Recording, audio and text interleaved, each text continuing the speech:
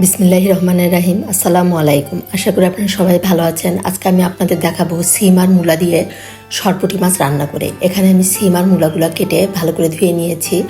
আর এখানে 6-7টার মতো কাঁচামরিচ নিয়েছি। আর এখানে 3টা সরপুঁটি মাছ আমি এভাবে কেটে ধুয়ে ভালো করে পরিষ্কার করে নিয়েছি। এখন এর ভিতরে দিলাম 1/2 চামচ পরিমাণ লবণ আর 1/2 চামচের একটু কম দিলাম হলুদের গুঁড়া দিয়ে এখন মাছগুলো ভালো করে মাখিয়ে নিয়ে একটা প্যানে আমি পরিমাণ মতো তেল দিয়ে দিলাম। তেলটা ভালো করে গরম হয়ে যাওয়ার পরে আমি এর ভিতরে মাছগুলো দিয়ে দিলাম।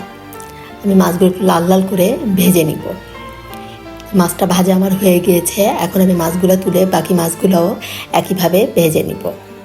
এখন এই মাছ ভাজা তেলের মধ্যেই আমি 2টা পেঁয়াজ কুচি দিয়ে দিলাম। পেঁয়াজটা হালকা আমি একটু ভেজে নিলাম, কাঁচা ভাবটা দূর হওয়া পর্যন্ত ভেজে নিয়ে এর মধ্যে দিলাম 1/2 চামচ পরিমাণ লবণ, 1 চামচ পরিমাণ পেঁয়াজ বাটা, 1/2 চামচ পরিমাণ দিলাম রসুন বাটা দিয়ে মশলাটা একটু ভালো করে কষিয়ে নিব। নিয়ে এর ভিতর সামান্য একটু গরম পানি দিলাম, দিয়ে খুবই সামান্য 1/2 চামচেরও কম একটু জিরা বাটা দিলাম। এই ধরনের তরকারিতে একটু মশলার পরিমাণ কম দিলে তরকারিটা খেতে খুবই মজা হয়। আর এখন দিলাম 1/2 চামচ লাল মরিচের গুঁড়া আর 1/2 চামচ পরিমাণ হলুদের গুঁড়া দিয়ে এখন মশলাটা বেশ ভালোভাবে কষিয়ে নিব। মশলাটা ভালোভাবে কষিয়ে নিয়ে এর ভিতরে আমি এই যে মূলা আর সিমগুলো দিয়ে দিব।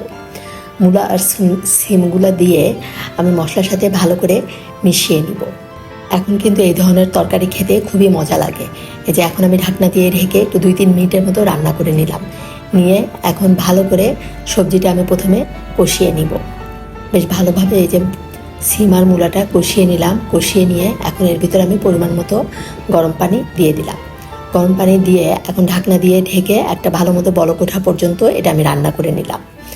এখন এর ভিতরে যে মাছগুলো আমি ভেজে রেখেছিলাম সেই মাছগুলো দিয়ে দিব। শীতের সময় কিন্তু এই ধরনের তরকারি খেতে খুবই ভালো লাগে। এখন একটু শীত পড়ছে, এভাবে মশলা কম দিয়ে কাঁচামরিচের পরিমাণটা একটু বেশি দিয়ে তরকারি রান্না করলে দেখবেন খেতে খুবই মজা লাগে। এখানে আমি এই যে 7টার মতো কাঁচামরিচ ফালি দিয়ে দিয়েছি। দিয়ে এখন সব একসাথে মিশিয়ে নিয়ে ঢাকনা দিয়ে ঢেকে 5-6 মিনিটের মতো এটা রান্না করে নিলাম। এখন এর ভিতরে আমি দিয়ে দিব 1/2 চামচ পরিমাণ লবণ। ঝাল আর লবণটা সবসময় আপনারা টেস্ট করে সেই অনুযায়ী দিবেন। এখন এই যে ঢাকনা দিয়ে ঢেকে আরও 2-3 মিনিটের মতো রান্না করে নিলাম। এখন দিয়ে দিলাম ধনিয়া পাতা। এখন কিন্তু ধনিয়া পাতা তরকারিতে দিলে তরকারির টেস্ট খুবই ভালো লাগে খেতে। এই যে হয়ে গিয়েছে। এখন আমি ঢাকনা দিয়ে ঢেকে চুলাটা অফ করে দিলাম। হয়ে গেল আমার খুবই মজার সিম মূলা দিয়ে সরপুঁটি মাছ রান্না করে। রান্নাটা ভালো লাগলে অবশ্যই আপনারা সবাই আমার পাশে থেকে আমাকে এগিয়ে যেতে সহযোগিতা করবেন। ধন্যবাদ সবাইকে। সবাই ভালো থাকবেন। আল্লাহ হাফেজ।